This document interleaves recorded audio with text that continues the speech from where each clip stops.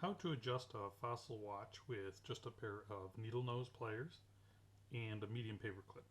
You'll take the medium paper clip and you can just cut off roughly about a ½ inch.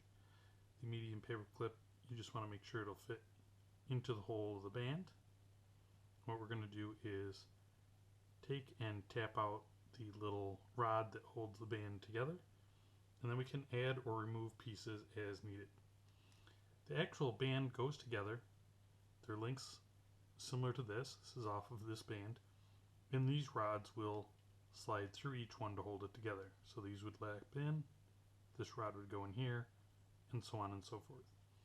If when you're working on it you have any of these little kind of a sleeve pop out, the sleeve actually goes into this area. Alright, so now let's show you how to go about it. We will take the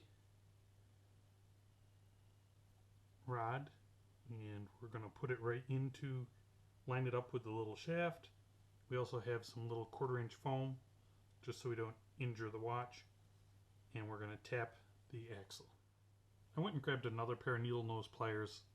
You don't have to have 2 pair of needle nose, but I did it so that way you can see without my fingers being in the way of the camera. So we'll just line it up to the little axle, and we'll take the flat part of the needle nose and we'll just hit a few taps.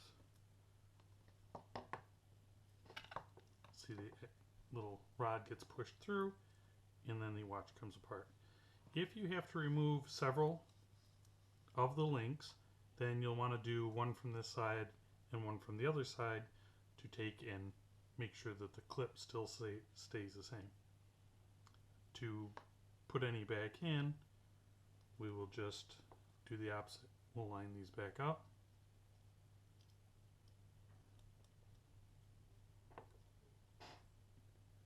Take the little rod, make sure that it all lines up, and tap it back in. The nice thing with the needle nose pliers is you can control how far you tap it in